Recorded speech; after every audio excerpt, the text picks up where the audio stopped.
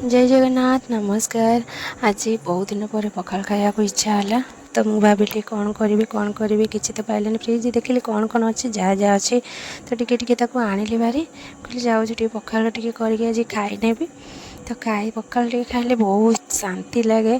तो आम ओडिया घर प्रिय खाद्य भी पखाल आउ पखाल खाइला पर निजे भी फिल करुवे गरम भात पखाल भात जो मैंने ओडिया घर से मैंने पखाल सब खाया भल पाती। तो मुझे आज कौन करी बोली देखिली आउ कि जाऊँगी कौन करके खाइबी बोली तो जहाँ थिला ताकू टे भाजी भुजिकी आज पखाल खाऊँगी।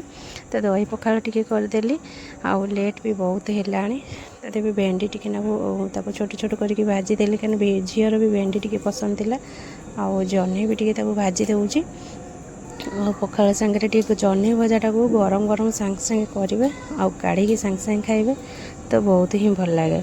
पखालटा देहपाई भी बहुत बढ़िया।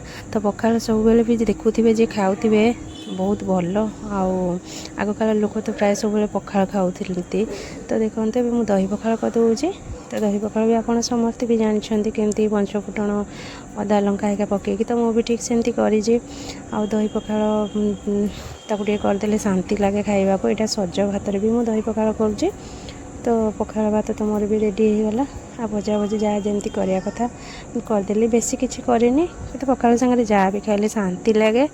आमती अल्प जिनस भी मु करदे से जी भी करी शांति लगिला भी बहुत खाईकी भी मत आउ देखते ये मत पखाल भी पूरा रेडी हो गला। एमती कौ मैंने दही पखाल कर खाऊँ निश्चिंत कहे। तो देखु ये दही पखाल भी मोर पूरा रेडी आउ भजा भजी भी सब सरीगला टाइम भी हो गला मोर आसी खाइबा टाइम समस्तଙ୍କର। तो ये मुझे चलनी खाइबा को तो देखु मोर भी सब जिनस थुआ हो गला कौन कौन कर देखो दही पखाल ये पोटल को टिके बेसन लंका लुण हलदी देकी भाजी आउ भेंडी टिके भाजी देली जह्नी भजा आउ ये बादाम टिके लंका गुंड लुण पकई भाजी देजी आउ देखो काकुड़ी पियाज लुण लंका एतिक आउ कौन दरकार पखाल भात यहाँ तो सब भल प्रिय खाद्य ना। तो मोर पखाल भात रेडी एवं मुझे जाऊँगी खाइबा को। तो आपण मैंने पखाल पसंद मोर पखाल रेसिपीटी केमती लगिला निश्चिंत कहे। तो एवं जदि मो वीडियोटा भल लगुए निश्चिंत लाइक शेयर सब्सक्राइब करेंगे। रोचे नमस्कार जय जगन्नाथ।